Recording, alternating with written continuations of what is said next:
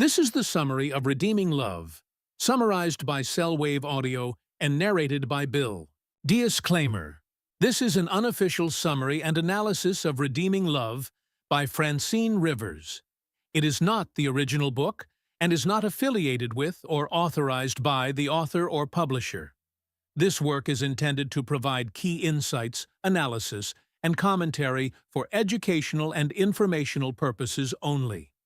All names, trademarks, and references to the original content remain the property of their respective owners.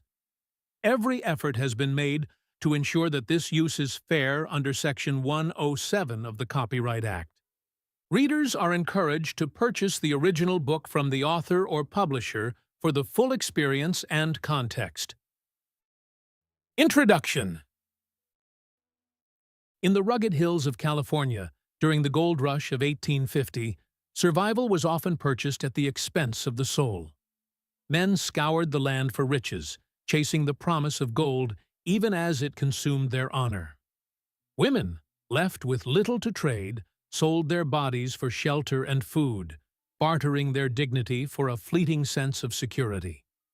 This is the world where Angel comes of age, a girl sold into prostitution as a child, who grows into a woman hardened by betrayal. Her life is stitched together by bitterness, and hatred becomes her only safeguard.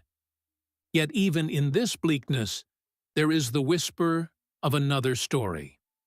Redeeming Love does not shy away from exposing the depth of human brokenness, but it dares to weave through it a thread of grace. What begins as a tale of survival in a cruel land gradually becomes a portrait of pursuit. A man chasing after a woman who has learned never to trust, and a God chasing after a soul convinced it is beyond healing. Angel's pain is not brushed aside or softened. It is acknowledged in its rawness, which makes the quiet intrusion of love all the more astonishing. Michael Hosea enters this narrative with a kind of resolve that unsettles everything Angel believes. He sees not what her past has made her, but what she was always meant to be. His devotion is not transactional, not conditioned on what she can give in return, but steady and unyielding. For Angel, who has only known exploitation, such persistence feels impossible. Every act of kindness threatens the walls she has so carefully built, forcing her to face emotions long buried. Her journey is not linear. It is marked by rebellion, denial, and repeated escape from the very love that could restore her. At its core, this novel retells the ancient story of Hosea and Gomer, transporting it from the deserts of Israel to the harsh goldfields of America. This setting grounds the biblical parallel in grit and realism, reminding readers that the themes of betrayal, forgiveness, and unconditional love reach across time and culture. The resonance of this story lies not in its historical accuracy, but in its unflinching honesty about the cost of despair and the scandal of grace. The world of minors, saloons, and brothels becomes more than scenery. It is a mirror of the human condition. It reflects the way people reach for wealth, pleasure, or power to fill the void, only to find themselves emptier than before. Against this backdrop, the story offers something radical: the possibility of transformation through love that refuses to let go. For those who enter the pages of Redeeming Love, the story does more than follow Angel and Michael. It invites reflection on the universal longing to be chosen, the fear of rejection, and the fragile hope of redemption. It is not only Angel's struggle that lingers with the reader, but the recognition that we too wrestle with the same need, to be loved despite our scars, to be pursued even when we run, to be redeemed when we believe we are beyond saving. Chapter 1. Light and Shadows. Sarah's earliest memories are carved from a mix of tenderness and cruelty, a strange blend of warmth that flickers briefly before it is swallowed by loss. Her mother, though fragile and weighed down by her own mistakes, provides her with small glimpses of love, the comfort of being held, the sound of a gentle lullaby, the faint reassurance that someone still sees her as more than a burden. Yet, surrounding those fragile moments is the heavier presence of rejection, most painfully embodied in the father who refuses to acknowledge her existence. That denial hangs over Sarah like a shadow, teaching her almost from birth that her life is unwanted, her presence a source of shame rather than joy. The fragile safety her mother tries to construct soon gives way to the harsh realities of poverty and dependence. Men drift in and out of their lives, carrying with them false promises and lingering threats. For Sarah, childhood does not carry the innocence it should. Instead, it becomes an initiation into betrayal. She watches her mother's hope dim with every disappointment, and she absorbs the despair that fills the air around them.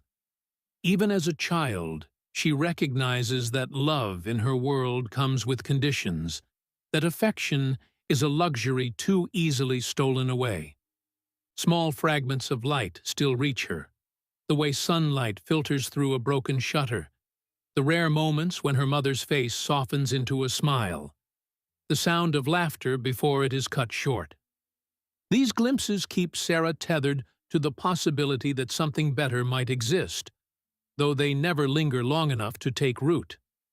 For every fragile moment of warmth, a sharper coldness follows, as if life itself is determined to remind her that joy is temporary and loss is constant.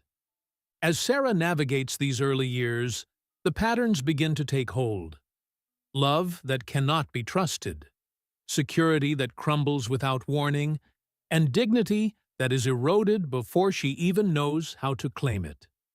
Light continues to appear, but always as a contrast, a reminder of what could be and what has already been taken. The balance between light and shadows tilts further into darkness, shaping her into a child who learns to guard her heart long before she should have had to. Chapter 2. Darkness and Despair. The decline of Sarah's world deepens as her mother's fragile strength begins to unravel. What little security they once had dissolves under the weight of sickness, poverty, and abandonment. Her mother's beauty, once the only shield that kept a roof over their heads, fades with illness, and the men who once offered scraps of support vanish without a trace. Sarah, still so young, is forced to confront the bleak truth that nothing in her life lasts, not kindness, not stability, not even the thin comfort of her mother's presence. Each day stretches into a trial where hunger gnaws at her body and fear coils in her chest.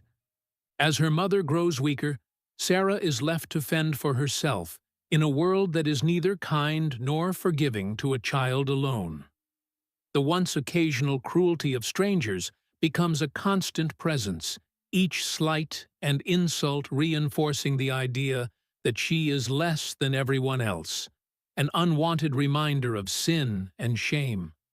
When death finally claims her mother, it feels less like a single event and more like the culmination of all the loss Sarah has already endured. The only source of light in her world is extinguished, and she is left completely exposed to the harshness that follows. It is in this vulnerable state that Sarah is handed over to the cold machinery of exploitation. Stripped of protection and innocence, she becomes prey for those who see in her only an opportunity.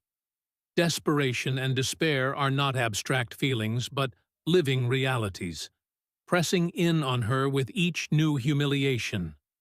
What began as shadows in her childhood now spread into a consuming darkness, one that surrounds her without relief. The bitterness she once sensed in her mother takes root in her own heart, growing stronger with each betrayal. In these years, Sarah's understanding of herself begins to harden into a cruel certainty. She is unworthy of love, destined only to be used and discarded. Her young heart, once capable of imagining something better, learns to expect nothing but pain. Darkness does not simply fall over her life. It becomes her constant companion, shaping the way she views the world and the way she will view herself for years to come. Chapter 3. Destruction.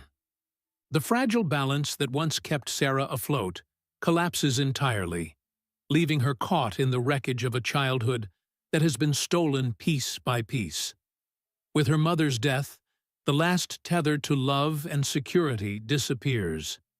What follows is not a gentle fading, but a violent uprooting, thrusting her into the hands of people who see only her vulnerability and the profit it can bring. To them, she is not a grieving child, but a commodity to be bought, sold, and shaped into a tool for others' gain. The innocence that should have stretched into adolescence is traded away without her consent, marking the final severing of whatever light remained in her world. This forced descent into prostitution is more than a physical violation.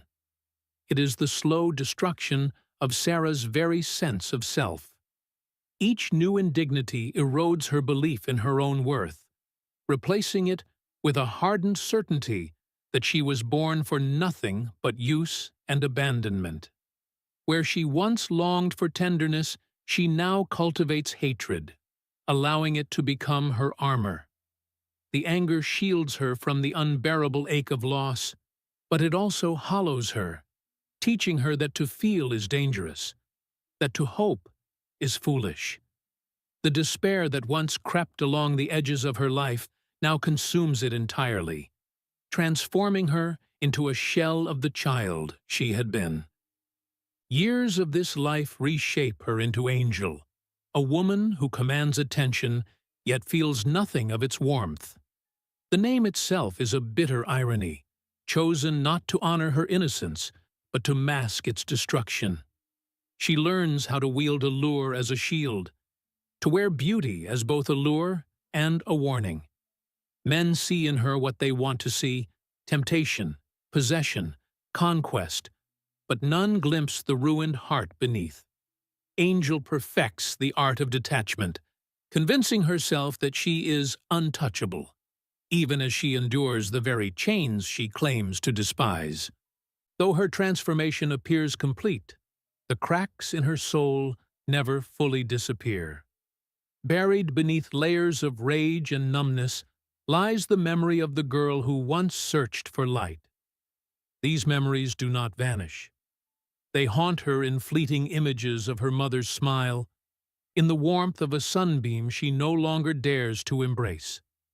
The destruction of her youth is total, yet it does not erase the longing deep within her, a longing she cannot admit and refuses to nurture, but one that will wait for the moment it can no longer be ignored.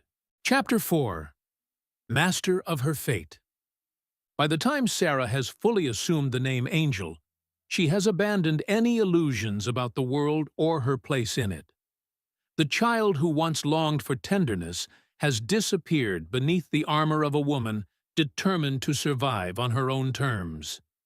The lessons of betrayal have carved themselves deeply into her, leaving her with a singular conviction: she must never again surrender control. What others see as beauty, she sees as leverage. What others interpret as charm, she wields as a weapon. Each interaction is a transaction, and in those exchanges, she convinces herself that she is the one dictating the terms, never the one being used. Angel builds her life on this hard-won philosophy, refusing to be beholden to anyone, refusing to need. Men come and go, each certain he can possess her, each certain that his attention or wealth can bend her into submission. Yet she meets them with a practiced indifference, giving them exactly what they pay for while keeping her heart locked far away. To them, she is desirable, mysterious, untouchable. To herself, she is fortified, a fortress built from bitterness, hatred, and the belief that she has mastered her fate by refusing to let anyone near her soul. But this illusion of mastery does not erase the hollow ache that lingers beneath the surface. Angel tells herself that she is free because no man can break her spirit. But in truth, she is imprisoned by her own defenses. The walls she has built keep out not only the threats, but also the possibility of anything good. Love, in her mind, has been exposed as a lie too many times to believe in. Still, the very energy she spends maintaining her control betrays a deeper truth. She is not as untouchable as she pretends. The scars of her past whisper in quiet moments, reminding her that the fortress she has built is not strength, but isolation. In these years, defiance has become her identity. She wears it like a crown, daring anyone to challenge the role she has carved for herself. The world has destroyed her innocence, but it has not destroyed her will, and she clings to that as proof that she cannot be defeated. It is this fire, this insistence on directing her own path, that prepares her for the collision to come, a collision with someone who will not treat her as a possession, who will not be repelled by her defenses, and who will force her to confront the very heart she has spent her life denying. Chapter 5. Defiant Heart. Angel's spirit is defined by her refusal to yield. What the world sees as arrogance is, in truth, the only defense she has left. Every betrayal she has endured has taught her that surrender invites pain, and so she digs her heels deeper into defiance. This is not a quiet resistance, but one worn boldly, almost like armor for others to see. In every exchange, whether with strangers who crave her or with those who think they can own her, she ensures that the balance of power never tilts away from her. She will not give anyone the satisfaction of seeing her bend. Her heart, though, bears the heaviest burden of this constant battle. She has trained herself to believe that emotions are liabilities, weaknesses that only open the door to harm. Where another woman might look for companionship or tenderness, Angel instead hones the art of detachment. She plays the role expected of her with precision, yet never allows anyone near the core of who she is. In this way, she convinces herself that she has preserved her strength, that by keeping the world at arm's length, she has managed to claim victory over the cruelty that once defined her childhood. But the cost of such defiance is loneliness. Each wall she raises to protect herself also closes off the faint possibility of joy. She is admired but never known, desired but never loved. The same defiance that shields her from betrayal also traps her in an endless cycle of isolation. It leaves her with an emptiness that no amount of wealth, attention, or fleeting pleasure can fill. Yet Angel would rather bear that emptiness than expose herself to vulnerability again. In her eyes, solitude, however painful, is safer than trust. The more she feeds this defiance, the more it shapes her very identity. It becomes not just a means of survival, but the definition of who she is. She tells herself that she is untouchable, that she has created a fortress no one can breach. And yet, this posture reveals how deeply she fears being undone. Her constant vigilance is proof that her wounds are far from healed, that she is still governed by the past she claims to have conquered. Her heart beats not with peace, but with the relentless need to prove she can never be broken again. Unbeknownst to her, this fierce resistance is not the end of her story, but the beginning of a new conflict.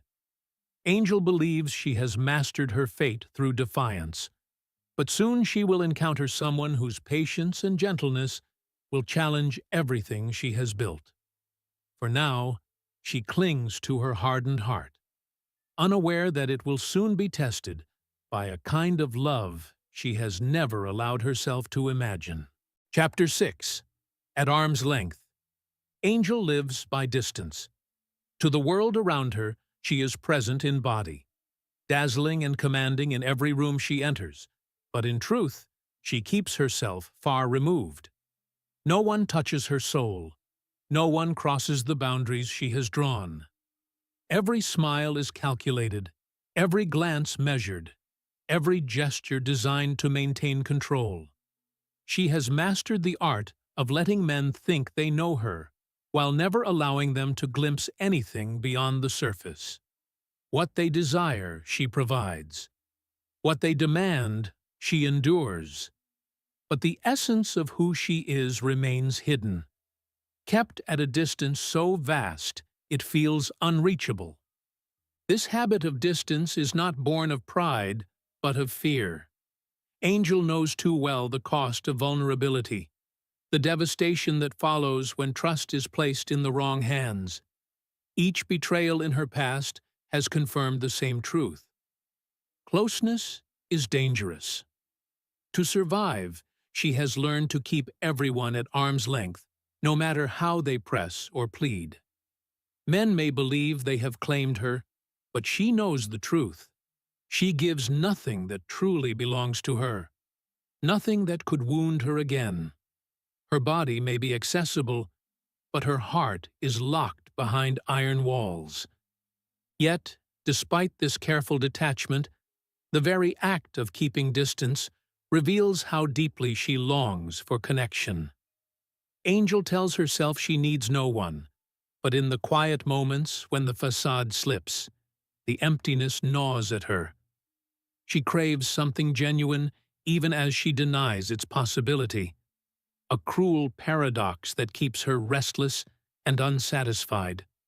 The fortress she has built both protects her and suffocates her, ensuring she is never harmed, but also never truly known.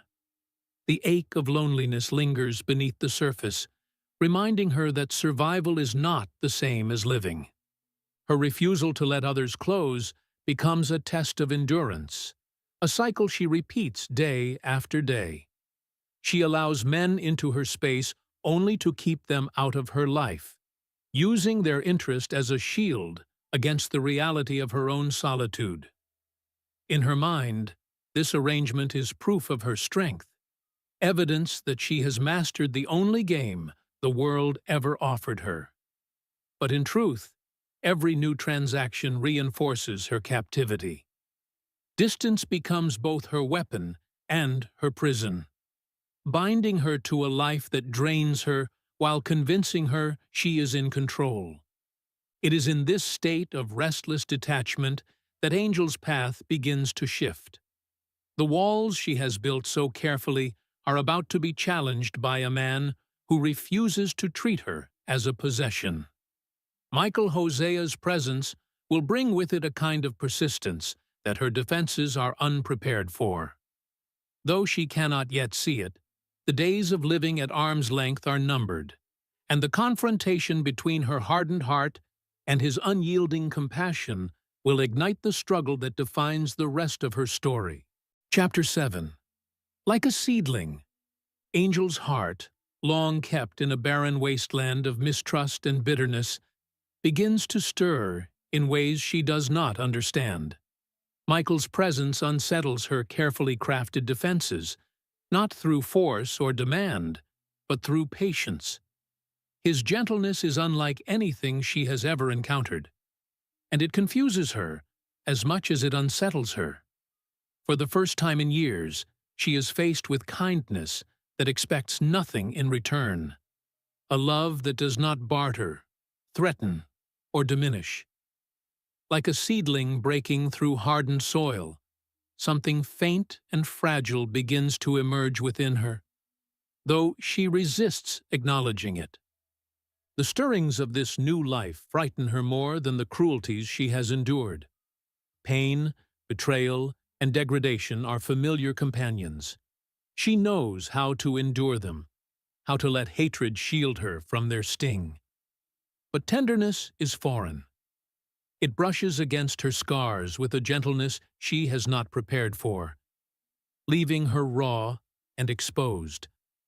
The very possibility of hope feels dangerous, for to allow it would mean opening herself to disappointment again. Fear coils within her, warning her that even this seemingly unshakable man will eventually reveal himself as every man before him has done. Angel tries to dismiss the change, convincing herself that Michael's devotion is only another trick, a fleeting illusion destined to collapse. She reminds herself of her rules: never trust, never need, never believe. Yet the way he speaks to her, the way he regards her as if she was more than the sum of her past, gnaws at the certainty she clings to. She senses her resistance weakening, even as she steels herself against it. The contradictions unsettle her, for she cannot reconcile her hardened identity with the faint warmth pressing into her soul. This fragile beginning is not transformation, but tension. A silent battle between what she has always believed and what she is beginning to see. Like a seedling, it is vulnerable, easily crushed, yet determined to push through the weight above it. Angel may not yet recognize it, but something within her has begun to shift, and though fear tells her to smother it, the persistence of love will not allow it to die so easily. Chapter 8. Never enough. No matter how much Michael gives, Angel cannot shake the conviction that she is unworthy of his devotion. Every kindness, every word of patience, every gentle act of care feels like a debt she can never repay. She measures herself against him constantly, weighing her worth against the weight of her past, and always finding herself lacking. In her eyes, she will never be enough for a man like him, not when she carries the filth of the life she has endured. Gratitude wars with resentment inside her, for though she longs to accept his love, the thought of belonging to it feels impossible. Fear feeds this cycle. She waits for the moment when his patience will end, when his compassion will fracture under the reality of who she is. That expectation presses on her with unbearable force, convincing her that it is safer to distance herself now than to endure the heartbreak she believes is inevitable. Each gesture of tenderness becomes a reminder of her own inadequacy, each promise of love a painful contrast to the shame she cannot escape. She clings to the belief that he will one day turn from her, and in doing so, she builds walls to ensure he never truly gets close enough to hurt her. Angel's resistance is not loud but heavy, manifesting in silence, in withdrawal, in the refusal to let down her guard. Michael's steadfastness only amplifies her struggle, for she cannot comprehend a love that does not fade under pressure. She questions his motives, questions herself, questions the very possibility of being cherished without condition. These doubts torment her, driving her to test the limits of his devotion as if daring him to finally confirm what she already believes: that she is beyond redemption, beyond hope. The torment of never being enough becomes a prison stronger than any physical chain. Angel convinces herself that freedom lies in running, in escaping before his love collapses under her weight. Yet deep within, a quiet longing persists, the faint desire to believe, even against all evidence, that his love could be true.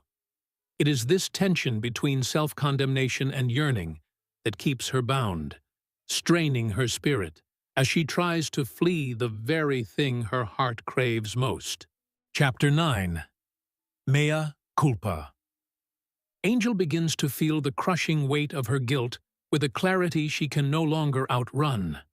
For years she has told herself that she is the victim of a world that preyed upon her, a child caught in circumstances she never chose.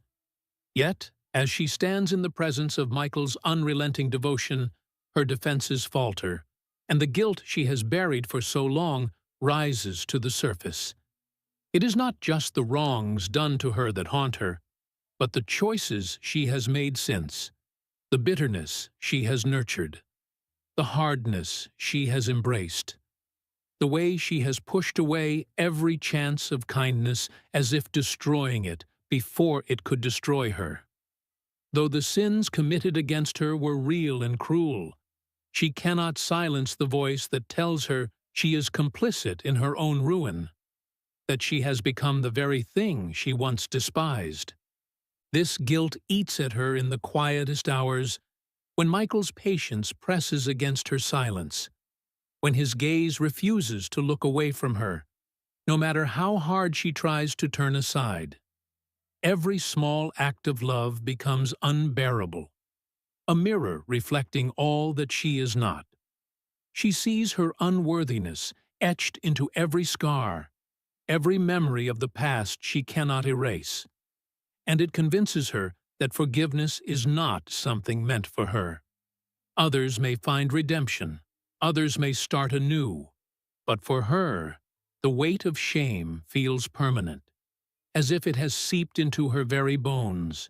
She cannot believe in his love, because she cannot believe she deserves to receive it, and this belief chains her as surely as the life she once endured in the brothel. Michael's unyielding compassion only intensifies her torment. Where she expects anger, he responds with gentleness. Where she expects abandonment, he stays. The contrast is unbearable, for it denies her the punishment she feels she must carry. To Angel, love should break under the strain of her brokenness, but when it doesn't, it forces her to confront the possibility that the problem is not Michael, but herself. She begins to see that her refusal to accept grace is the prison holding her captive, and yet she cannot summon the courage to let go of the guilt that has defined her for so long. It has become a twisted form of identity, proof that she deserves the isolation she has chosen. Her heart becomes a battlefield where guilt and longing wage war. On one side is the weight of her past, the mistakes and betrayals that remind her of who she has been. On the other side is the relentless love that beckons her toward a different future. Yet she cannot bring herself to believe that such a future belongs to her. Fear convinces her that surrender would mean disappointment, that forgiveness is an illusion. And so she remains trapped in a cycle of self-condemnation, haunted by the echo of mea culpa, my fault, my failure, words she repeats to herself until they drown out every whisper of hope. Chapter 10. Born a Sinner. Angel's inner struggle reaches a point where she can no longer ignore the brokenness that has ruled her life. Until now, she has built her identity on resistance, on the belief that she is beyond love, beyond change, beyond redemption. But the unrelenting presence of Michael begins to strip away the illusions she has clung to. For every excuse she raises, his compassion provides a counterweight. For every wall she constructs, his persistence presses gently against it. In this light, she is forced to confront what she has long buried, not only the wounds inflicted upon her, but the darker truth that she has also participated in her own downfall, feeding bitterness, nurturing hatred, and allowing despair to define her choices. This realization weighs on her with startling force, revealing that she has not only been sinned against, but has also lived as if her sin is the only truth about her. The recognition of her own guilt does not come with sudden relief, but with a deep humiliation that shakes her core. For so long, she has hidden behind anger, claiming mastery over her life through her defiance. Now, when faced with a love that refuses to abandon her, she begins to see how fragile her fortress truly is. She cannot escape the thought that she has wasted years believing lies about herself, that she has let those lies dictate every path she took. The truth gnaws at her that she has become so accustomed to despair that she no longer knows how to live without it. Humility enters not as peace, but as an unraveling, forcing her to see herself not through the lens of her own pride, but through the eyes of one who continues to pursue her, despite everything. This confrontation with her own sinfulness unsettles her in ways the cruelty of others never could. She has learned how to withstand abuse, how to shrug off betrayal, how to mask pain with anger. But she does not know how to stand in the face of grace, because grace exposes the heart. It shines light not only on what was done to her, but also on what she has become in response. Angel feels stripped bare, her defenses useless, her excuses hollow. For the first time, she acknowledges that her greatest enemy may not be the men who once destroyed her, but the bitterness and despair she has allowed to thrive within herself. Yet within this acknowledgement lies the faintest glimmer of hope.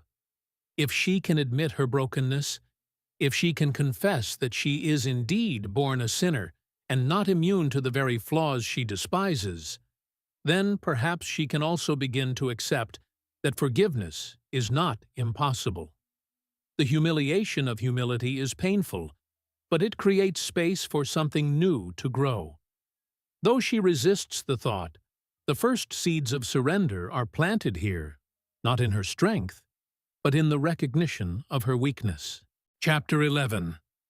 The Choice to Surrender. Angel's defenses, which once seemed unshakable, begin to fracture under the steady persistence of love she cannot explain away. For years, she has told herself that freedom lies in defiance, that survival depends on keeping others at a distance.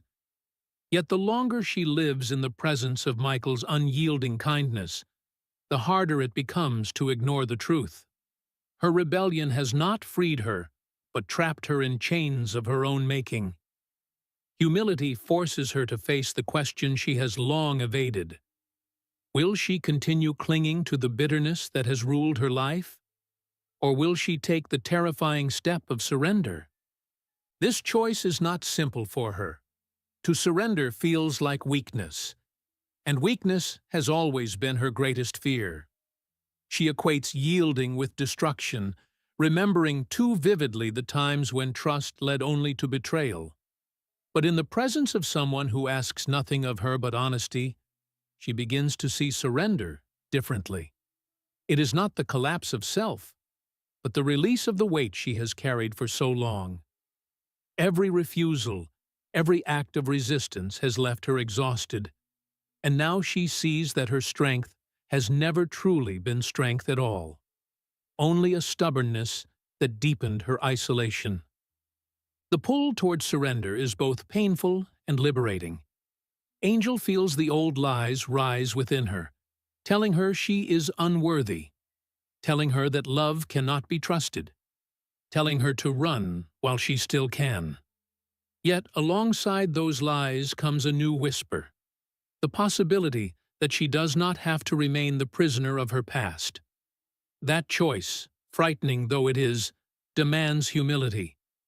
She must accept that she cannot heal herself, that she cannot buy her way into freedom, that she cannot redefine herself by sheer willpower. Surrender requires her to release control, to open the door to grace, and to admit that she was never meant to carry her burdens alone. The struggle wages in her heart with relentless intensity. Part of her clings fiercely to the familiar darkness, convinced that pain is safer than hope, while another part longs to believe that transformation is possible. To surrender is to risk everything, yet to refuse is to remain locked in despair. Angel begins to see that the very fear keeping her from yielding is the same fear that has enslaved her. The act of surrender becomes not a loss, but the only path to freedom she has ever truly longed for. Chapter 12. Redemption. Angel's long struggle with shame, fear, and bitterness culminates in a moment of profound transformation. For so long, She has believed that her past defines her, that the scars of betrayal and the choices born of despair have marked her beyond repair. Yet in the breaking point of surrender, she encounters something that defies every expectation she has carried. Redemption not earned, not bought, but freely given. It does not erase her past or pretend her pain never existed.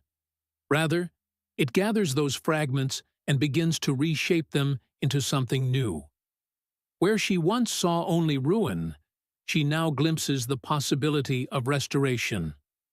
This redemption is not a transaction but a gift, one that requires her to step into vulnerability rather than recoil from it. Angel must learn to believe that love can exist without strings, that forgiveness is possible even for someone who has convinced herself she is beyond it. The weight of her guilt, once unbearable, begins to lift, as she realizes it no longer needs to define her. What she thought was permanent identity, sinner, failure, unworthy, is revealed to be a shadow compared to the truth of being chosen, cherished, and made new. In this realization, the bitterness she once nursed begins to lose its power over her. For the first time in her life, Angel begins to see herself through eyes not clouded by shame. Where she once defined herself by what men demanded from her, she now begins to understand her worth apart from their judgment. Redemption does not simply free her from the grip of her past. It grants her a new foundation upon which to stand. Every wound, every scar, becomes part of a larger story of grace, proof not of her ruin, but of the strength of the love that pursued her even when she fled. The transformation is neither loud nor sudden, but steady, like light breaking through a long, oppressive night. Angel finds herself able to breathe in ways she never thought possible, her heart no longer chained to fear or hatred. Redemption gives her back the ability to hope, and with it, the courage to love. What once seemed unattainable, freedom, peace, and belonging, is no longer a distant dream, but a living reality she can finally accept. Chapter 13. Angel steps into this new stage of her life with uncertainty pressing against every fragile step she takes. Redemption has opened a door she once believed was very closed, but walking through it is daunting. The identity she wore for so long, the hardened woman who trusted no one, still clings to her like a second skin. Now, as she begins to live as Michael's wife, the idea of being a bride in more than name unsettles her. She is caught between two worlds, the old one, where betrayal defined her, and the new one, where love asks her to stay, to belong, and to trust. The rhythms of daily life with Michael are unlike anything she has known. There is no transaction, no hidden expectation, no performance demanded. Instead, there is partnership, the simple acts of building a home together, of laboring side by side, of sharing silence without fear. Angel feels the strangeness of this peace keenly, for peace has never lasted in her life. She waits for it to break, for some unseen hand to snatch it away. Yet each day it persists. The steadiness of this love unnerves her as much as it comforts her, forcing her to confront the possibility that she may not need to run anymore. Even so, doubt lingers in her heart. Angel struggles to believe that she truly belongs in this life. She questions whether she deserves to bear the title of bride, whether she can sustain the trust that marriage demands. Shadows of her past creep into her thoughts, whispering that she is an imposter, that her past will always disqualify her from fully embracing the role she has been given. These inner battles remind her that redemption is not a single moment, but an ongoing journey, one that requires her to daily resist the pull of fear and shame. Michael's presence remains a constant source of strength, though his love is not what solves her struggles, but what steadies her as she faces them. His patience gives her room to wrestle with her doubts, without fear of abandonment. In his eyes, Angel begins to see not only forgiveness, but also a reflection of the love she is slowly learning to accept. The title of bride, once unimaginable to her, begins to take root as a new identity, one that speaks not of who she has been, but of who she is becoming. Chapter 14. Angel's steps into marriage still feel uncertain, as though she is walking across ground that could give way at any moment. The word bride carries weight she struggles to bear, summoning images of purity and joy that she does not associate with herself. Though she has been redeemed from her past, her memories cling with stubborn persistence, haunting her with accusations that she is unfit for the life she has entered. Each time she looks at Michael's devotion, she wonders if she is deceiving him simply by remaining, if the role she inhabits will one day crumble under the truth of who she has been. The tension between the life she is offered and the life she remembers tears at her, reminding her that redemption does not erase scars overnight. Daily life on the farm highlights this inner conflict with sharp clarity. The simplicity of the work, the rhythm of caring for the land, and the quiet companionship with Michael offer a peace she has never known. Yet peace itself feels dangerous to her, for it lulls her into vulnerability. Angel finds herself both drawn to and afraid of the stability surrounding her. The safety of Michael's home contrasts so violently with the chaos of her past that it almost feels like a trap. She questions whether she can ever truly belong in such steadiness, or if her restless spirit will always demand escape. Each gesture of kindness from Michael magnifies her unease, forcing her to confront whether she will allow herself to be anchored or whether she will run once again. Her heart is a battlefield where longing collides with fear.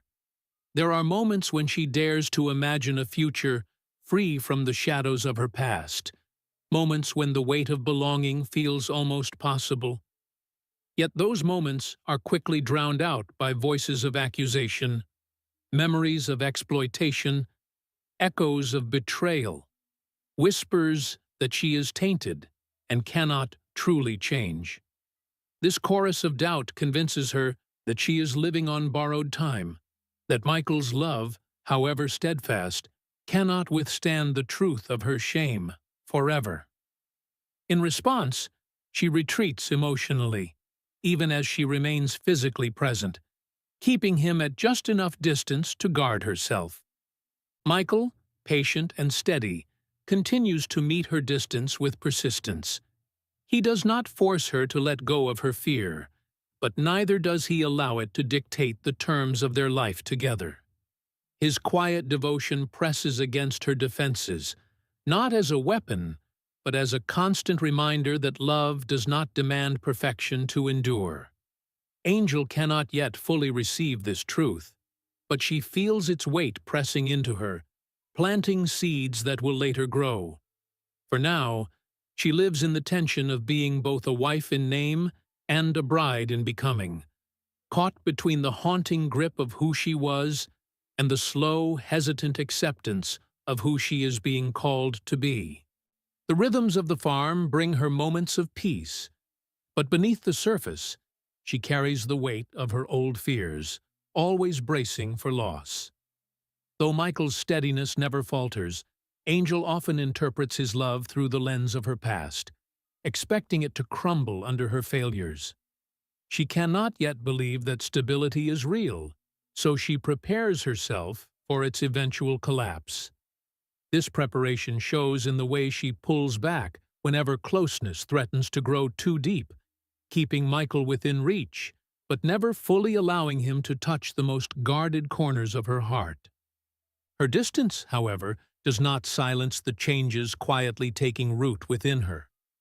Just as in chapter 14, where longing and fear wrestled constantly within her, here the battle intensifies. Angel finds herself caught in moments when Michael's love disarms her, when his laughter eases her tension, when his patience gives her the freedom to make mistakes without judgment, when his gentleness reminds her of the tenderness she once longed for as a child. These small moments chip away at the fortress she has built, leaving her vulnerable to emotions she once believed dead. But with vulnerability comes terror, for to feel hope is to risk despair if it is lost again. The haunting presence of her past does not release her easily. Memories intrude like unwelcome guests, reminding her of who she was and convincing her that no matter how far she runs, she cannot escape what has been done to her. The shadows whisper that she will never truly be Michael's equal, that her presence in his life taints the goodness he offers. In her darker moments, Angel convinces herself that leaving him might be the most merciful act, that sparing him from her ruin is an act of love greater than staying by his side. These thoughts grow heavier, shaping her fears into the familiar temptation to run. Yet the seeds of redemption planted earlier still stir beneath the weight of these fears. Angel senses that something deeper is at work, though she cannot name it. The conflict within her heart becomes sharper, the pull toward escape against the faint but undeniable pull toward belonging. Each day with Michael forces her to face this choice anew, to retreat into the patterns of her past, or to risk the frightening possibility of transformation. The tension builds, not toward an immediate resolution, but toward a breaking point, where she will be forced to decide what story her life will tell. Chapter 16. The unease that has shadowed Angel's days begins to gather into a storm she can no longer ignore. The quiet battles of the heart, those whispered doubts and gnawing fears explored in Chapter 15, now press more urgently, driving her toward the same conclusion she has reached countless times before. Running is safer than staying. The life she shares with Michael, though filled with peace and steadiness, feels fragile in her hands, as though one wrong step will shatter it all. Rather than risk watching it collapse, she convinces herself she must leave before it does. To her, departure is not cowardice, but survival, a preemptive strike against the inevitable rejection she believes will come. The thought of leaving gnaws at her with both dread and determination. She knows the safety Michael has given her, the kindness she has received, and the rare glimpse of stability she has experienced. Yet her mind replays the lies of her past with relentless force, that no love can last, that no man remains, that her presence will only bring ruin. The conflict becomes unbearable, for every moment she stays deepens the connection she fears. Her old instincts rise with sharp clarity, telling her she must seize control, escape, before she is left abandoned once again. When she finally acts on this impulse, it is with the same hardened resolve that once defined her in earlier years. She retreats into old patterns, trading the fragile hope of belonging for the familiar certainty of solitude. Leaving is both painful and strangely comforting. Painful because she knows what she is walking away from. Comforting because it affirms the story she has always told herself, that she was never meant to be loved. Though her heart aches, she convinces herself it is better this way, that she is sparing Michael the disappointment of discovering her true unworthiness. Yet beneath the surface, her departure is not the final word, but the next step in a longer unfolding. The act of running, once her greatest defense, no longer carries the same satisfaction it once did. Angel cannot silence the memory of Michael's patience, nor can she erase the new seeds of hope planted in her heart. Even in her escape, the love she is fleeing continues to pursue her, whispering through her doubts, stirring questions she cannot suppress. Though she does not yet realize it, every step she takes away from Michael will only lead her closer to the moment when she must finally decide if she will accept the love that refuses to let her go. Chapter 17. The road Angel takes away from Michael is familiar, yet it feels heavier than before. She has run many times in her life, but this flight carries a new kind of burden. In the past, leaving meant survival, a clean break from pain or rejection before it could consume her. Now, however, the memories of Michael's devotion follow her, pressing into her thoughts like a shadow she cannot shake. Every step away from his home feels like a betrayal, not of him alone, but of the fragile hope she had only just begun to nurture within herself. The freedom she thought she would feel in escape is replaced by a hollowness that echoes louder than the solitude she once embraced. Her return to the world she knows, a world of transaction, exploitation, and shadows, feels like slipping back into chains she had almost forgotten the weight of. What once felt like mastery now reveals itself as bondage. The faces of men blur into one another, their eyes filled with the same hunger that reduced her to an object long ago. Angel's defenses rise instinctively, but this time they do not offer the same protection. Instead, they remind her of how far she has fallen again, how quickly her sense of worth dissolves when she steps back into the darkness she once called home. She tells herself, this is who she is, that this life is all she deserves. Yet the voice of shame is louder now, precisely because she has glimpsed something better. As the days on, Angel's spirit grows more restless. The cycle of survival, once her only rhythm, now feels unbearable. Michael's absence haunts her, not because of what he did for her outwardly, but because of what his love revealed about the emptiness within her. For the first time, she sees her choices not only as survival, but as a refusal of the very redemption she longs for. This recognition pierces her pride, leaving her with a growing awareness that her running is no longer freedom. It is rebellion against the love she secretly craves, but cannot yet bring herself to accept. The dissonance between who she is and who she is becoming begins to tear at her. Angel finds herself caught in an exhausting limbo, unable to fully surrender to the darkness, yet unwilling to step into the light. Her attempts to numb herself only magnify the ache inside, as though every action taken in defiance drives her closer to the truth she is desperate to escape. Though she tries to silence it, the thought remains. Perhaps she is not beyond redemption after all. The idea terrifies her, but it also keeps her from collapsing entirely into despair, hinting that even in the depths of her running, love has not abandoned her. Chapter 18. Angel's return to the life she once knew feels like stepping back into a cage she had barely escaped.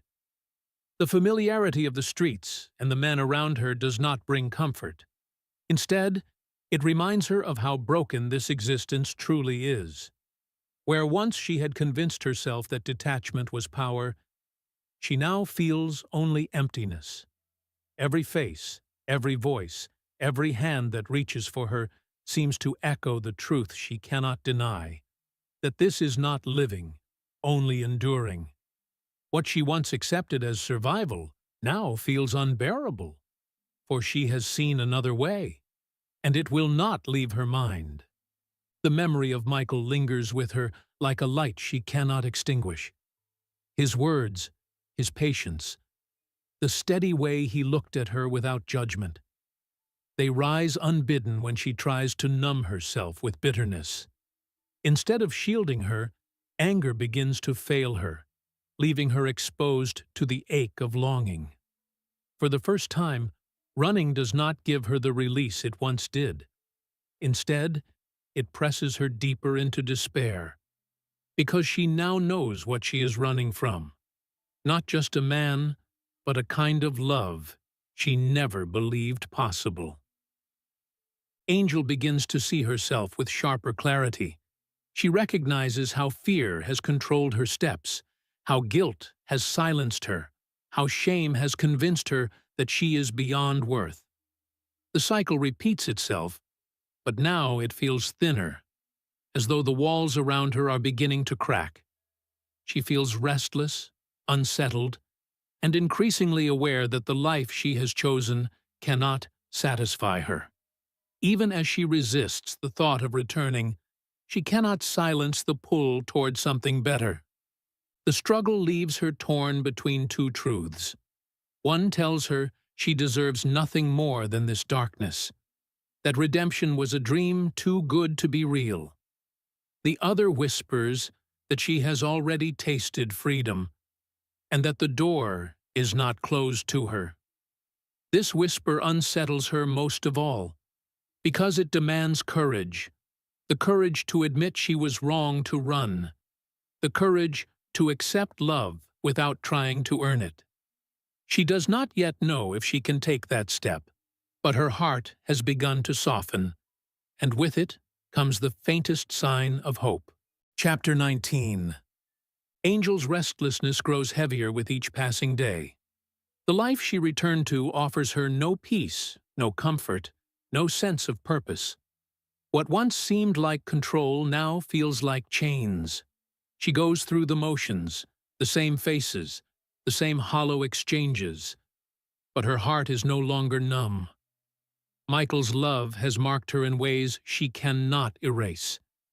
Even when she tries to harden herself, she feels the ache of comparison, the emptiness of her old world set against the quiet strength she once knew in his presence. Her thoughts circle endlessly around the question of belonging. Could she ever return? Would Michael even want her after her betrayal?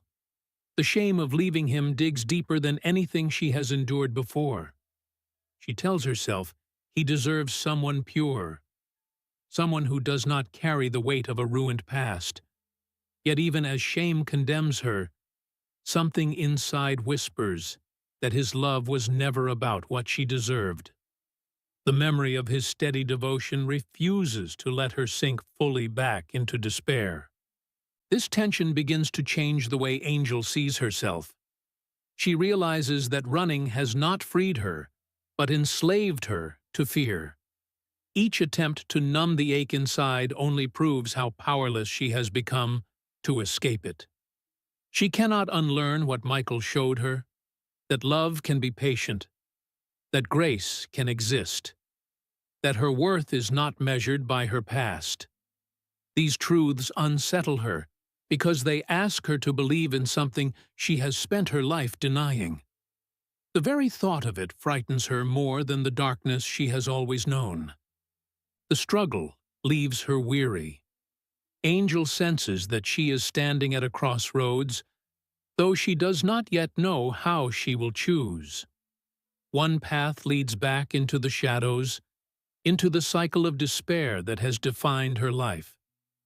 The other points toward a new beginning, though it demands humility, courage, and trust. Fear still tugs at her, but hope is no longer silent. Even in her brokenness, she begins to see that the story is not finished, and that redemption may still be waiting if she dares to reach for it. Chapter 20. Angel's heart is no longer able to stay quiet under the weight of her choices. Each day away from Michael sharpens her awareness of what she abandoned, not only in him, but in herself. The thought that once drove her, that she was sparing him by leaving, now feels hollow. Instead of protecting him, she has punished herself, and the emptiness presses harder than ever before. The life she clung to for safety offers no comfort, only reminders of how far she has fallen and how much she longs for something different. The voice of shame still follows her, whispering that she is ruined, that she has no right to return, that she will never be worthy of the love she left behind. Yet against that voice rises another memory. Michael's steady patience, his unwavering gaze, his refusal to treat her as anything less than cherished. Those memories soften the edges of her fear, planting questions she cannot silence. What if he welcomed her again? What if love does not keep a record of every failure? These thoughts frighten her, but they also give her a fragile strength, enough to imagine a future beyond her shame. The contrast between the life she lives now and the life she glimpsed with Michael grows sharper. Where she is now, survival means numbness, detachment, surrender to despair. With him, life had rhythm, warmth, even a sense of belonging she never thought possible. The memory of that belonging becomes a constant pull, as though some part of her already knows she cannot stay where she is. Running was supposed to be her protection, but it has become her torment. Instead of saving her, it has shown her how much she needs what she left behind. The slow breaking of her pride begins here. Angel realizes that her strength has never been in her ability to flee or to resist, but in her capacity to endure love when it is offered freely. Humility, which once felt like humiliation, begins to take on new meaning. To admit her need, to confess her mistakes, to return in weakness rather than in control, these possibilities terrify her, yet they no longer seem impossible.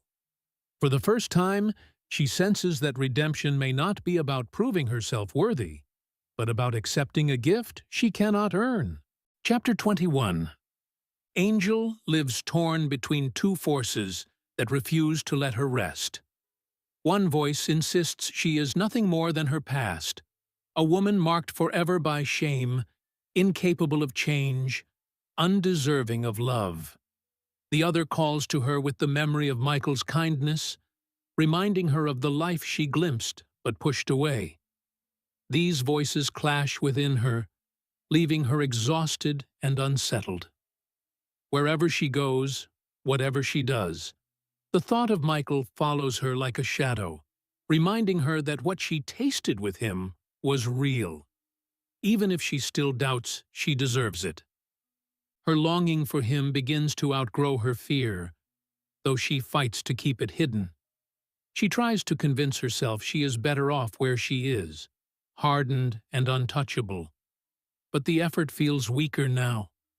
The more she remembers the quiet safety of Michael's presence, the more her old defenses crumble. His love lingers not as an ideal she cannot reach, but as a truth she can no longer deny. Every gesture of care, every moment of patience, every unspoken promise of grace replays in her heart, and it unsettles her because it refuses to be erased. Still, the weight of returning feels unbearable. To go back would mean admitting she was wrong to leave, admitting she is not as strong or self-sufficient as she has pretended. Pride resists this with stubborn ferocity, whispering that to return would be weakness, a surrender she cannot allow herself. Yet another part of her knows the true strength may lie not in running, but in choosing to stay where love is offered. This thought terrifies her, but it also softens her. The fear that once guided her begins to lose its grip, leaving her standing on the edge of a choice she has avoided for too long. Angel is caught in the slow unraveling of her old identity. Each day she remains apart from Michael feels less like freedom and more like exile. The longer she resists, the more she sees that her greatest chains are not the hands of others, but her own unwillingness to believe she can be more than her past. The ache in her heart deepens, pointing her toward the truth she still struggles to accept. that redemption waits not behind walls of defiance, but in the courage to return and receive what she cannot earn. Chapter 22. The pull of Michael's love grows stronger with each passing day, even though Angel has tried to silence it. She finds herself haunted by the memory of his voice, his steady patience, and the way he looked at her without judgment. These recollections return at the quietest times, when she is alone, when the noise of her surroundings fades, when her heart cannot escape its own longing. What once felt unbearable now feels like a lifeline, the reminder of a love that still calls to her, even in her rebellion. The shame that once anchored her begins to shift under this weight. She has carried it like armor, using it to prove that she is beyond hope, beyond redemption. Yet now the shame feels less like protection and more like a chain that keeps her from what she truly desires. Angel begins to see that the life she returned to is not only empty, but destructive, stripping her of even the faint traces of dignity she tried to preserve. In contrast, the memory of Michael's devotion gives her a glimpse of what freedom might actually look like. Not the freedom to run, but the freedom to belong. The battle within her intensifies. Her pride resists the thought of returning, whispering that to go back would mean exposing her weakness, admitting her need, and confessing the depth of her failure. But alongside that pride rises the ache of longing, a longing that grows harder to silence each day. The emptiness of her current life reveals itself in sharper relief against the warmth she once knew. What she thought would save her from pain has instead made her more restless, and now her excuses no longer hold the power they once did.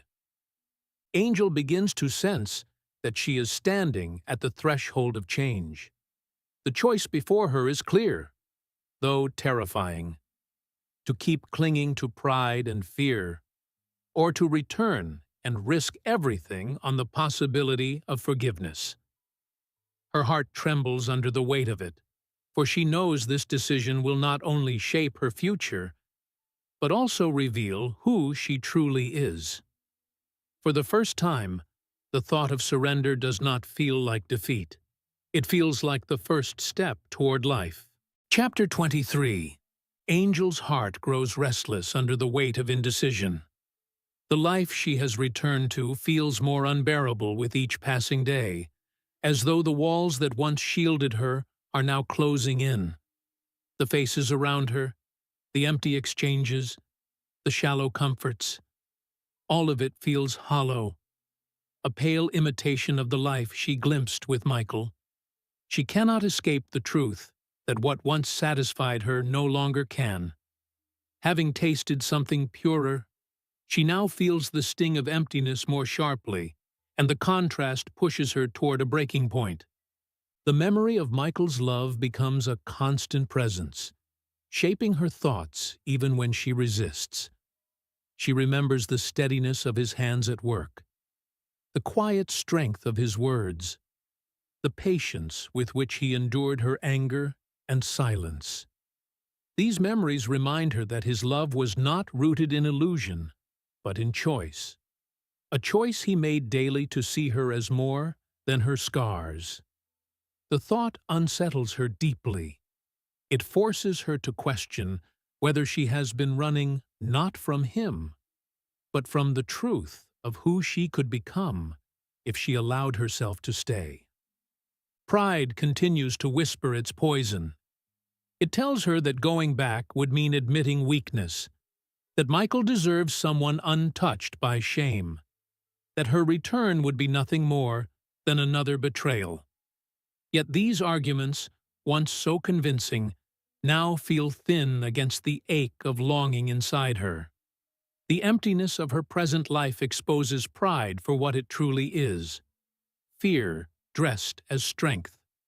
She begins to see that clinging to pride has not preserved her dignity, but stolen it, keeping her chained to the very despair she has fought so hard to escape. The battle within her sharpens into clarity.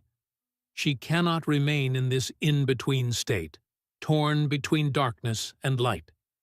The choice before her demands courage, to remain trapped in the cycle of self-condemnation, or to return and risk the possibility of forgiveness.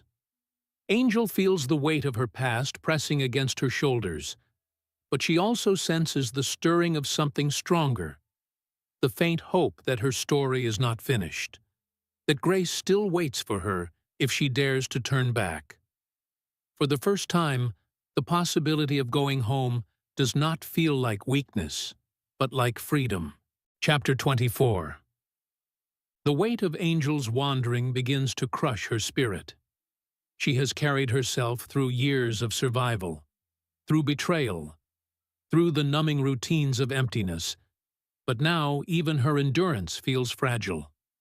What once seemed like strength, her refusal to need anyone, her constant running, now feels hollow, leaving her with nothing but exhaustion. She begins to see her choices with painful clarity. She has been circling the same despair, convincing herself it was freedom, when in truth it was a prison of her own design. The realization unsettles her because it leaves her without excuses, forcing her to face the truth she has resisted, that she longs for more than survival. The memory of Michael becomes sharper in this breaking point. She remembers not only his steadiness, but also his persistence, the way he stood firm when she tried to push him away, the way his love did not collapse under her anger or silence. These images haunt her not because they condemn her, but because they remind her that she has already tasted something real, something unlike anything she had known before. The contrast grows unbearable. The hollowness of her present life set against the hope of what she once had but abandoned. She cannot silence the question that rises again and again: what if it is not too late? Shame continues its grip, reminding her of every reason she is unworthy. But even that shame begins to weaken in the face of longing. For the first time, Angel starts to see her return not only as a possibility, but as a necessity. Pride still protests, insisting she will be rejected, insisting she cannot undo the pain she has caused. Yet deep within, a different voice begins to stir, reminding her that redemption was never about worthiness, but about love freely given. This whisper unsettles her most of all, because it demands humility, the courage to come back with nothing but need. The road ahead is not yet chosen, but her heart leans more toward it with every passing day. Angel senses that she cannot stay where she is, that the life she has returned to will only break her further if she clings to it. What once felt like safety now feels like slow destruction.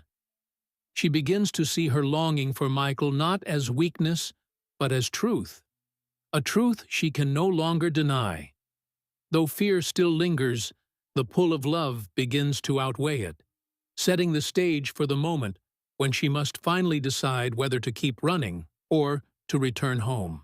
Chapter 25. The walls Angel once built to keep herself safe are now closing in, suffocating her with the very defenses she once trusted. The emptiness of her days, the hollow encounters, the familiar patterns of despair, all of it presses on her until she can no longer pretend this life has anything left to offer. She sees now that her running has not spared her pain, but only deepened it, leaving her farther from the peace she longs for. The strength she once claimed through defiance feels like weakness, and her pride, once her shield, has become her greatest enemy. Her heart turns again to the memory of Michael, not as a dream, but as a reality she abandoned. She recalls the patience in his eyes, the way his love refused to bend or vanish, no matter how hard she pushed him away. These memories no longer torment her. They draw her. They remind her of what it felt like to be seen, not for her past, but for her worth. For the first time, she begins to believe that his love was not an illusion, but a reflection of something greater. A love that calls her even now in her brokenness. This recognition does not come easily. Shame still whispers its lies, that he will turn her away, that she has wasted her chance, that returning would be nothing more than humiliation. Yet alongside shame rises another truth, quiet but insistent, that forgiveness is still possible, that love has not ended, that redemption waits for those willing to receive it. Angel feels the stirrings of courage, though fragile, beginning to form in her heart. It is not the boldness of pride, but the trembling strength of humility, a readiness to step into the unknown with nothing to offer but her need. The thought of going back begins to take root, no longer just a passing ache, but a living decision she must face. The life she clings to is barren, but the life she left behind calls to her with a hope she can no longer ignore. Though fear still grips her, the pull of love is stronger now, guiding her toward the path she once refused. Angel stands on the threshold of return, her spirit weighed down by the cost of leaving, but also stirred by the possibility of being welcomed once more. Chapter 26. The weight of Angel's wandering finally begins to break her resolve. For so long, she has relied on running as her defense, convincing herself that distance was safer than hope. But the more she resists, the more restless she becomes, until the very thought of staying where she is feels unbearable. The old life no longer shelters her. It exposes her emptiness more clearly than ever before. Each passing day makes it harder to deny that she has reached the end of herself, and the only path left is the one she has feared most, turning back. Memories of Michael guide her through this struggle like steady lights in a storm. She recalls his voice speaking with quiet certainty, his steady hands working the land, his devotion that did not collapse under her rejection. These moments replay in her mind, not as distant echoes, but as promises still alive. For the first time, she allows herself to believe that the love she once rejected might still wait for her, that she has not wandered so far that she cannot return. The thought terrifies her, but it also steadies her in a way nothing else has. As her heart softens, Angel begins to see the truth she has resisted. She cannot save herself. Her pride, her defenses, and her endless running have all failed her. What remains is the possibility of grace, something she cannot earn and does not deserve, but something she now knows she desperately needs. The thought humbles her deeply, yet it also frees her. To accept this grace is to finally lay down the burden of proving her worth and to receive love as it is given, without condition. The decision to return begins here, not in certainty, but in trembling faith.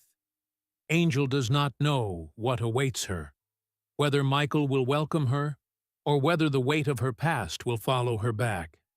But she senses that the greatest risk is not in returning, but in remaining where she is. The emptiness of her life has already shown her what despair looks like.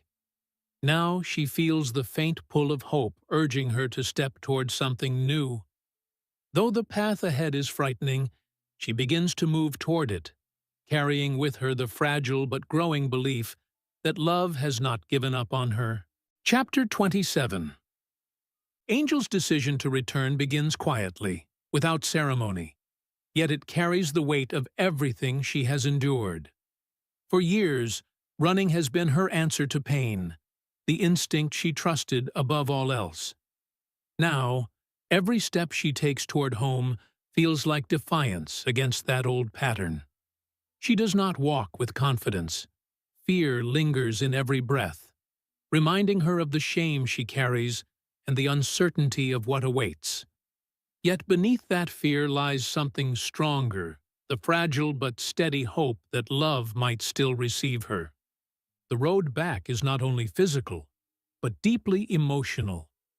Each mile forces her to confront the voices that have haunted her since childhood. The lies that she is ruined, the accusations that she is unworthy, the fear that no one could truly forgive her. These voices grow loud, but they no longer have the same hold they once did. Angel has seen enough of despair to know it cannot satisfy her. What drives her forward now is not confidence in herself, but the memory of grace she once touched in Michael's presence. That memory has become an anchor, holding her steady even as doubt rages within her. The act of returning humbles her in ways she never imagined. Every step strips away the layers of pride she once used as armor, leaving her exposed and vulnerable. Yet this vulnerability carries a strange strength, for it is no longer about proving herself, but about confessing her need. She walks not as a woman in control, but as one willing to admit she cannot stand alone.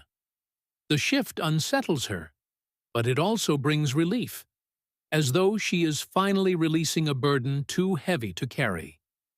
The closer she draws to home, the more her heart aches with both fear and anticipation. She does not know how Michael will respond, whether he will turn her away or open his arms as he once did. What she knows is that she can no longer remain in exile. Her return is not a guarantee of acceptance, but it is the only path that holds the possibility of life. For the first time, Angel steps toward love not with defiance or resistance, but with humility, ready to face whatever awaits. Chapter 28. Angel's return is marked by silence more than words. Each step toward Michael's home feels heavier than the last, as if her past presses down on her shoulders, trying to drag her back. She walks with trembling courage, knowing she carries nothing to offer him but herself, scarred and weary. The closer she comes, the sharper her doubts grow. What if he has given up on her? What if her absence has hardened his heart? What if her return reopens wounds too deep to heal? These thoughts swirl in her mind, yet they cannot outweigh the pull of hope that drives her forward. When she finally reaches the place she once fled, the sight of it overwhelms her. The farm stands unchanged, a symbol of the steady life she abandoned. But now it feels different. Not just a home, but a promise. Every detail brings back memories of Michael's patience, the way he worked the land with quiet faith, the way he welcomed her into routines that spoke of stability, the way he treated her not as property, but as a partner. Standing before it now, Angel feels the full weight of her longing. The emptiness of her wandering pales beside the peace this place represents. Fear presses harder as she imagines the moment of meeting. Shame whispers that he will look at her differently, that the years she wasted cannot be undone. Yet even as fear gnaws at her, she remembers the persistence of his love, a love that endured rejection without faltering. The thought steadies her, though her heart beats with unease. For perhaps the real question is not whether Michael will forgive her, but whether she can forgive herself enough to accept his embrace. Angel steps closer, each breath caught between dread and hope. She knows that returning will not erase her past, but she also knows that staying away will only keep her trapped in despair. This moment, fragile and terrifying, holds the possibility of both rejection and restoration. As she prepares to face Michael again, she realizes that her return is more than a step toward him. It is a step toward life, toward grace, toward the love that has pursued her, even when she refused it. Chapter 29. The moment Angel sees Michael again, time seems to slow. His presence strikes her with a force stronger than all her doubts, for nothing has dimmed his steadiness. Yet she feels the full sting of her shame as his eyes fall on her. She expects anger, coldness, or disappointment, but instead finds the same calm strength she remembers, the same unwavering gaze that once unsettled her because it saw beyond her scars. That look pierces her now, stripping away every excuse she carried, leaving her vulnerable in a way she has never been before. Michael does not rush to speak or demand explanations. His silence is not distant but patient, allowing her to stand in her own confession without fear. Angel feels the weight of everything she must say, but struggles to form the words. The years of running, the choices she made, the pain she caused, they all press on her at once, threatening to crush her voice. Yet she knows this moment demands honesty, not defense. For the first time, she bows not out of defiance but out of humility, acknowledging with trembling heart the brokenness she can no longer hide. Her apology, when it comes, is halting and raw, spoken less with polished words than with tears. She does not try to justify herself. She simply confesses her failure, her fear, her weakness. To her surprise, Michael does not turn away.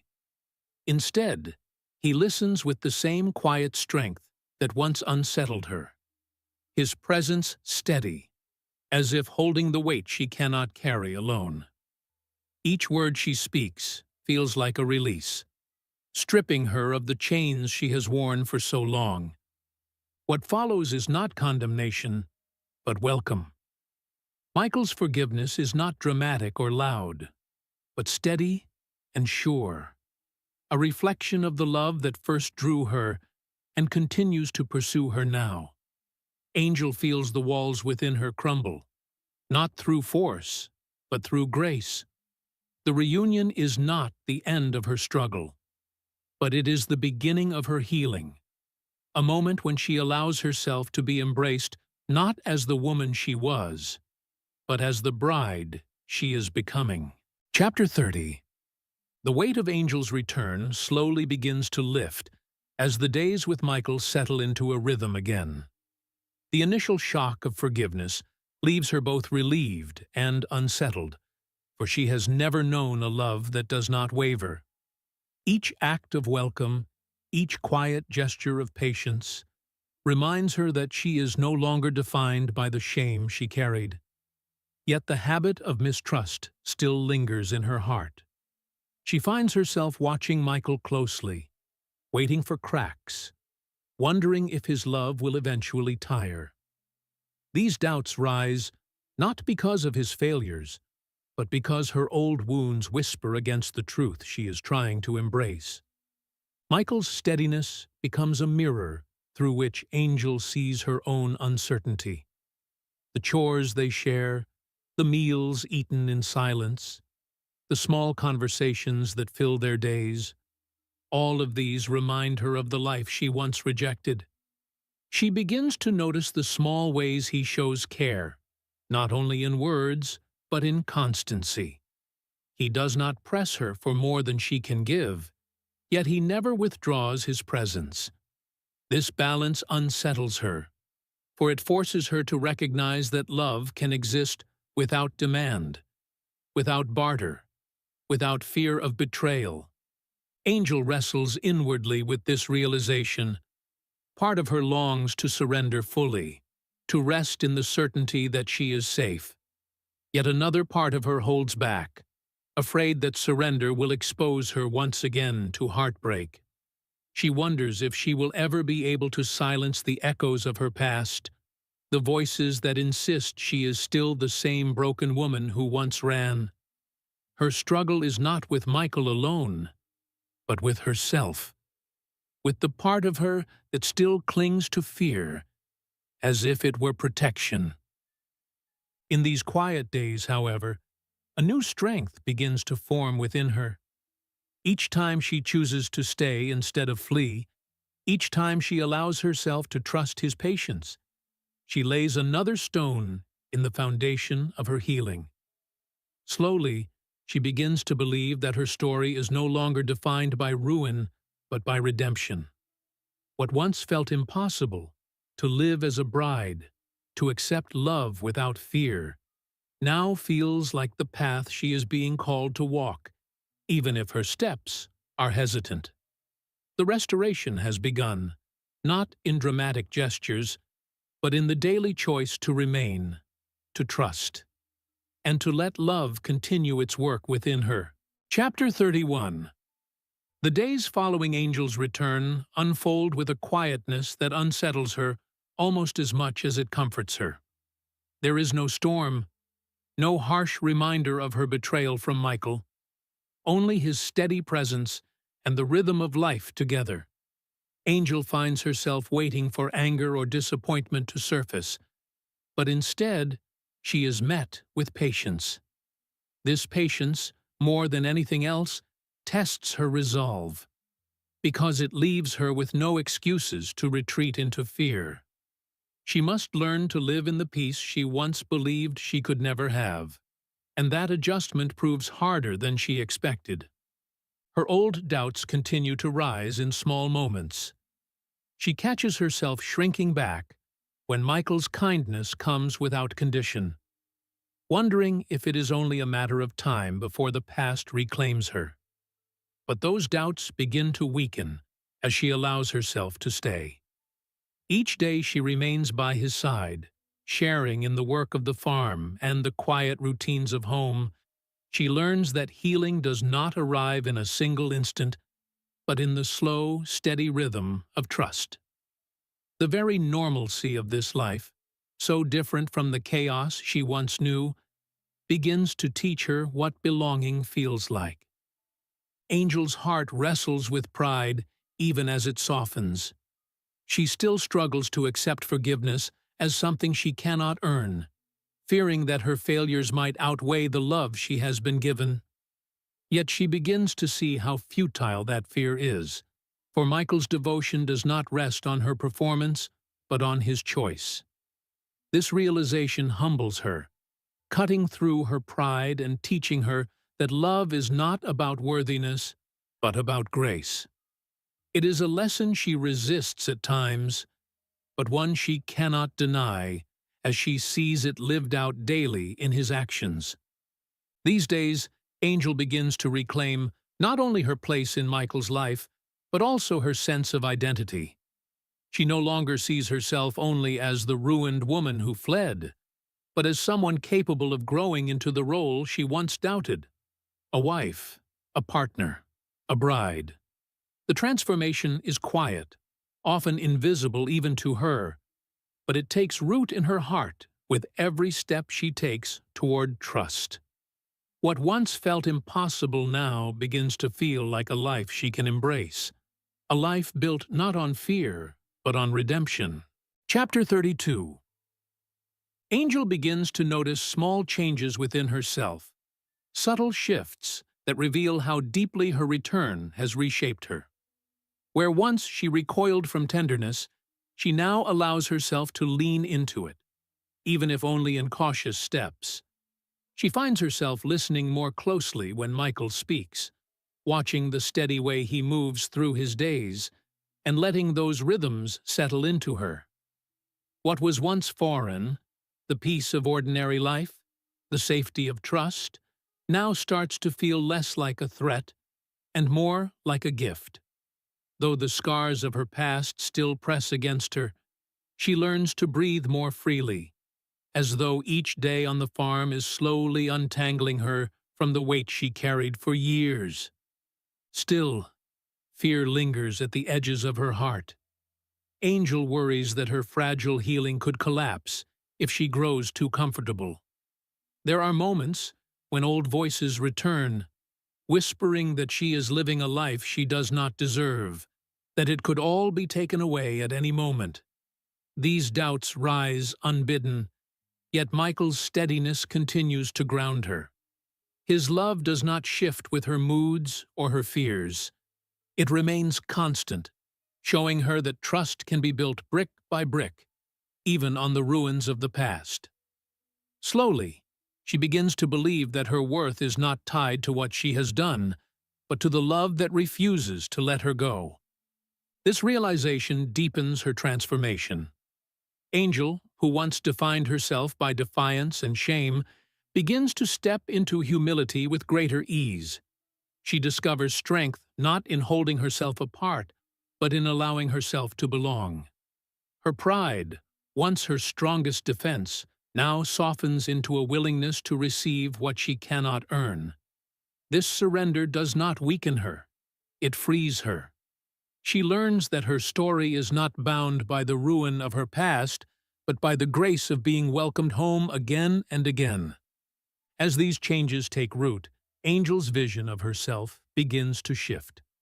She no longer sees only the brokenness of the woman she once was, but the possibility of the woman she is becoming. Her heart, once hardened by betrayal, now carries space for hope. What was once an endless cycle of running has given way to stillness. And in that stillness, she discovers a strength she never knew was possible. The journey is not finished, but for the first time, she believes that restoration is not only possible, it is already happening within her. Chapter 33. Angel's heart grows stronger in ways she never imagined. What began as a fragile willingness to stay has become a deeper acceptance of love, a quiet confidence that she no longer has to run. She wakes each day with a sense of peace that once felt impossible, finding comfort not only in Michael's presence, but in the life they are building together. The routines of the farm, the rhythm of shared labor, and the silence filled with trust all weave into her a stability she had never known. For the first time, she begins to believe that her life has a future, not only a past. Yet healing is never without its shadows. The scars of her past remain, rising in unexpected moments, a memory triggered by a sound, a fear sparked by an innocent word. In those moments, Angel feels the pull of her old defenses, the temptation to retreat into distance. But now, she faces those memories differently.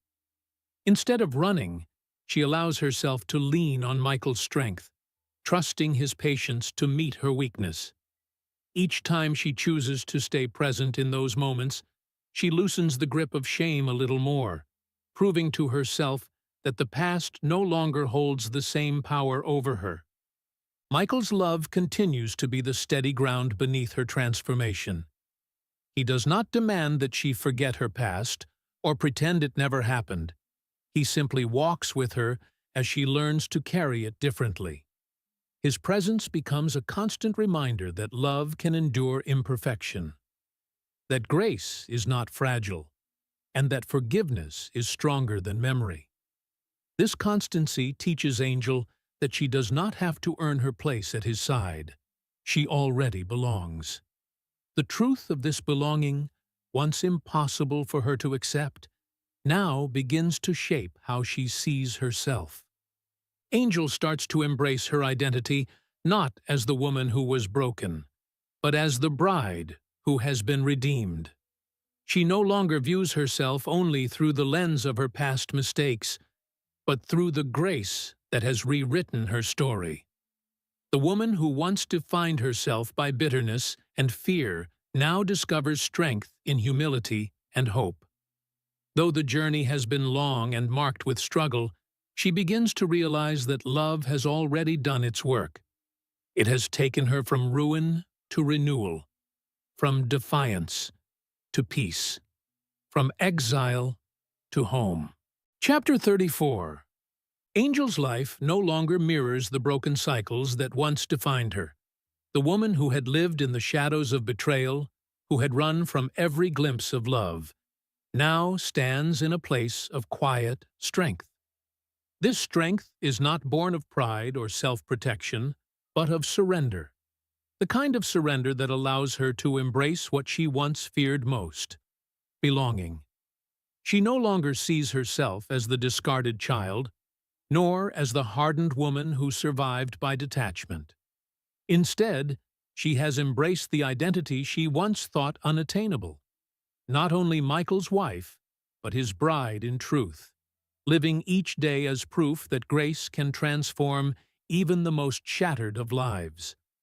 The weight of her past is not erased, but it has been lifted from her shoulders, and in its place rests peace. Her scars remain, but they no longer chain her. They are reminders of what she has survived, evidence of the dark roads she once walked. Yet instead of condemning her, those scars now point toward redemption, toward the relentless love that refused to leave her even when she fled. She begins to see her story not as one of endless ruin, but as one shaped by pursuit, a pursuit that followed her through the darkest alleys, through years of despair, through her own stubborn refusals, until finally she allowed herself to be found. The wounds that once defined her are now woven into a larger pattern, one that speaks of restoration and hope. Michael's presence continues to steady her, but Angel understands now that his love has always been a reflection of something greater. His constancy taught her that love does not waver when tested, that forgiveness is stronger than shame, that redemption is not earned but given. What unsettled her in the beginning, his patience, his refusal to walk away, his faith in her worth, has become the very ground upon which she stands. She no longer fears that his love will collapse under the weight of her past, for she has seen it endure, not because of who she is, but because of who he is. In that truth, she learns to rest without fear. The transformation is not loud or dramatic, but deep and lasting. Angel lives now with a freedom she once believed could never be hers. She wakes each morning not bracing for loss, but ready to share in the rhythm of life with Michael, her heart at peace in ways it had never been before. She can laugh without fear, work without dread, and dream without despair. What once felt impossible, to remain, to trust, to love, has become her reality. And in this reality, she discovers that true strength lies not in defiance, but in humility, in the courage to receive love and let it change her. In embracing her new life, Angel finally understands the fullness of what it means to be redeemed. She no longer defines herself by shame, nor does she measure her worth by what others once demanded of her. Instead, she lives as one who has been chosen, forgiven, and made new. The child who grew up in darkness, the woman who walked through despair, the soul who once ran from grace, all have been gathered into the story of a bride restored. Her life, once marred by ruin, now testifies to the power of a love that refused to give up. What was once despair has been replaced with hope, and what was once ruin has been rewritten as redemption. Conclusion: the story of redeeming love begins in the shadows of loss and betrayal, and ends in the light of restoration. Angel's journey takes her through the lowest depths of despair. A childhood stripped of innocence, years spent surviving through bitterness and detachment, countless moments defined by fear, shame, and flight. For so long, she believed her identity was sealed by ruin, that she was nothing more than her past. Yet through her defiance, her resistance, and her running, the steady pursuit of love refused to let her go. What seemed at first like an impossible collision between a hardened heart and unwavering devotion became the very foundation for her transformation. Each arc of her story carries its own weight. In Child of Darkness, we see the roots of her pain, the betrayals that scarred her, the loss that shaped her mistrust. In Defiance, she stands tall in the armor of survival, clinging to control as her only form of power, even as it isolates her. Fear exposes the fragility beneath that armor, as Michael's patience unsettles her carefully built walls and forces her to confront both her guilt and her longing. Humility strips her of excuses, teaching her that strength lies not in running, but in surrender, in admitting that she cannot save herself. And in the bride, her return completes the circle. The woman who once fled love again and again finally chooses to remain, discovering in belonging the peace she had chased in vain for years. What makes Angel's story resonate is not only her pain, but the persistence of grace woven through it. At every point of despair, love waits, not demanding, not forcing, but enduring until she is ready to receive it. Her scars remain, but they are no longer symbols of defeat. They become testimonies of survival and redemption. The strength she once claimed through defiance is replaced by the deeper strength of humility, the courage to accept a love that does not falter. Through Michael's devotion, she learns that true love is not a bargain but a gift, one that restores what was broken and redefines what seemed beyond repair. In the end, Angel's transformation is not about forgetting her past, but about being freed from its hold. She does not emerge unscarred, but she emerges renewed, a bride not only in name but in truth, living in the assurance that she is chosen, forgiven, and whole. Her story reminds us that redemption is never beyond reach, that even in the darkest valleys, love has the power to pursue, restore, and make new. What began as ruin is rewritten as renewal. And what was once despair has blossomed into hope. This has been the summary of Redeeming Love, summarized by Cellwave Audio and narrated by Bill.